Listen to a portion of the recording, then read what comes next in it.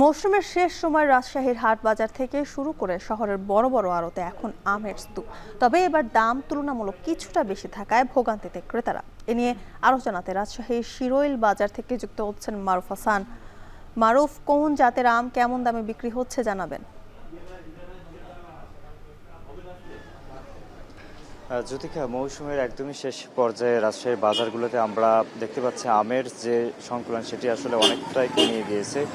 আমার পিছনের যে জায়গাটি শিরোইলের বাজার, এখানে কিন্তু দীর্ঘ সারি জুড়ে কিন্তু আমরা দেখতে পেয়েছি যে মৌসুমের প্রথম পর্যায়ে আমের দোকানিরা আম নিয়ে বসে পসরা সাজিয়ে তারা কিন্তু বিক্রি করত।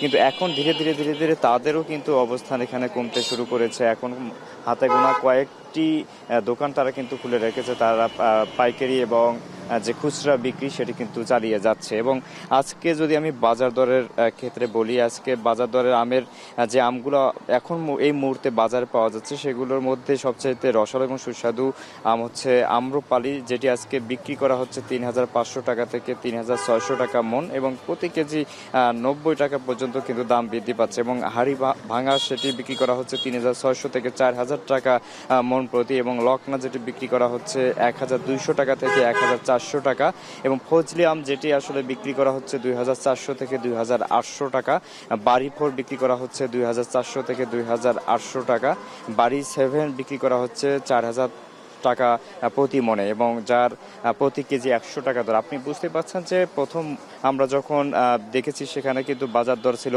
প্রতি কেজি আম ৫৫ থেকে ৬০ টাকা, তখন কিন্তু ২৪০০ টাকা থেকে ২৫০০ টাকা ভালো জাতের আম কিন্তু পাওয়া যেত।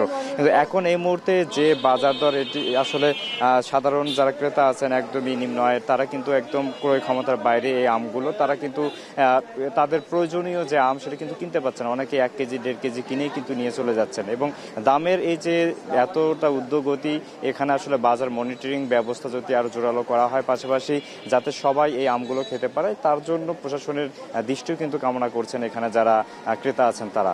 জ্যোতিকা, রাজশাহীর শিরুল বাজার থেকে এই ছিল আমের বাজার দরের সবশেষ আমার কাছে। বিস্তারিত জানাতে যুক্ত ছিলেন মারুফ হাসান।